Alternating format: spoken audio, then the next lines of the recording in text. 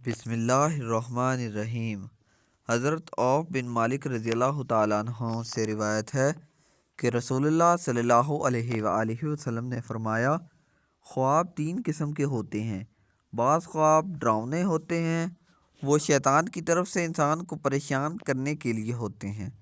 بعض ایسے ہوتے ہیں کہ انسان بیداری کی حالت میں جو کچھ سوچتا رہتا ہے وہی کچھ خواب میں اسے نظر آ جاتا ہے، اور بعض خواب وہ ہوتے ہیں جو نبوت کا 46واں حصہ ہوتے ہیں۔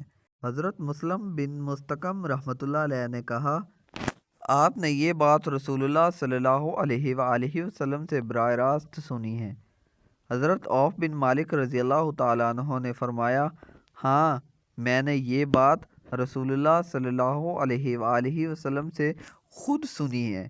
ہاں، میں نے یہ بات رسول اللہ صلی اللہ علیہ وآلہ وسلم سے خود سنی ہے۔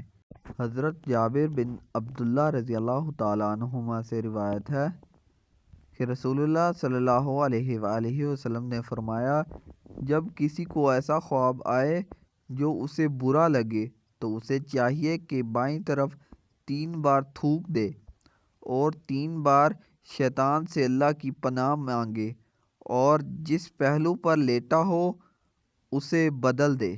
حضرت ابو قتادہ رضی اللہ تعالیٰ عنہ سے روایت ہے کہ رسول اللہ صلی اللہ علیہ وآلہ وسلم نے فرمایا، اچھا خواب اللہ کی طرف سے ہوتا ہے اور برا خواب شیطان کی طرف سے، لہٰذا اگر کسی کو خواب میں ایسی چیز نظر آئے جو اسے ناگوار ہو تو اسے چاہیے کہ 3 بار بائیں طرف تھوک دے اور شیطان مردود سے 3 بار اللہ کی پناہ مانگے، اور جس پہلو پر لیٹا ہو اسے بدل دے۔